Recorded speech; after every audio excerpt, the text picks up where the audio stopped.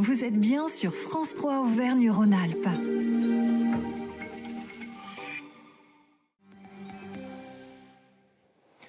Bonsoir à tous et ravi de vous retrouver cette semaine pour votre rendez-vous de décryptage. Ce lundi, On décode s'attarde sur un sujet qui nous concerne tous sans qu'on ne demande rien à personne, la cybercriminalité. Cette année, les données de 533 millions d'utilisateurs du réseau social Facebook ont été mises en ligne par un pirate informatique. Les informations de 700 millions de comptes LinkedIn ont été mises en vente frauduleusement. Cette fois, l'auteur aurait simplement agrégé des données présentes sur l'Internet. Les pirates utilisent différentes méthodes pour s'attaquer à nos données et nous soutirer de l'argent. Et certains n'hésitent même pas à nous faire croire qu'ils viennent à notre secours après nous avoir envoyé un mail alarmiste. La supercherie est bien ficelée. Un logo, un numéro français et au bout du fil, un faux technicien. Support technique, bonjour, Sarah, à votre écoute.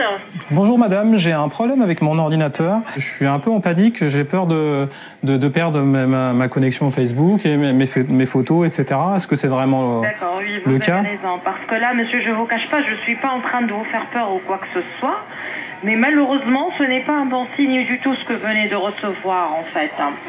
Ces attaques sont de plus en plus courantes. L'objectif, soutirer de l'argent à la victime. Alors, que faire pour ne pas se laisser berner? Peut-on se protéger des attaques en ligne? Comment faire une fois que l'on est tombé dans le panneau? On va essayer de vous aider grâce à nos invités. Le commandant divisionnaire Pascal Dutilleul nous rejoint sur le plateau. Il est chef de la division de lutte contre la criminalité financière de la direction territoriale de police judiciaire de Clermont-Ferrand. Avec nous en visioconférence, maître Steve Outmezguine, avocat spécialisé dans la cybercriminalité et les nouvelles technologies. Et à nos côtés pour nous accompagner ce soir et tout au long de la semaine, Laurence Laborie de la rédaction de France 3 Auvergne-Rhône-Alpes. Bonsoir à tous les trois et merci d'être avec nous. Prudence, maître Outmezguine, est-ce que vos clients, justement, qui se sont fait un petit peu rouler comme ça, ont un petit peu de culpabilité ou se sentent impuissants face à ce genre d'arnaque, d'escroquerie? Évidemment, au départ, ils se sentent coupables d'avoir cliqué, d'avoir renseigné les données, qu'elles soient de santé, qu'elles soient bancaires, qu'elles soient personnelles tout simplement. Mais après, il faut laisser la culpabilité de côté et agir malheureusement. Et c'est compliqué pour les victimes de venir vous trouver, de venir vous demander de l'aide?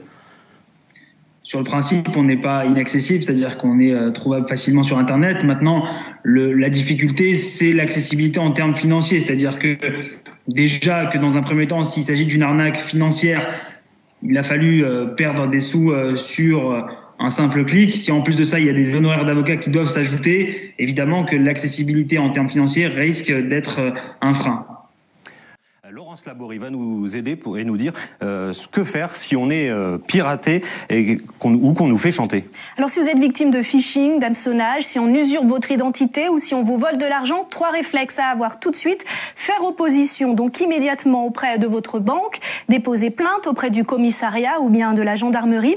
Et si vous êtes victime d'une usurpation de votre boîte mail, changez vos mots de passe tout de suite.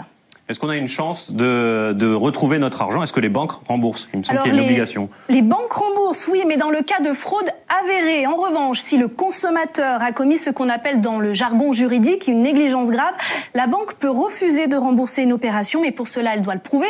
Alors, qu'est-ce qu'une négligence grave? Eh bien, c'est quand la victime clique sur un lien suspect, répond à un mail d'hameçonnage malgré elle et révèle donc des informations confidentielles à un tiers sans s'en apercevoir.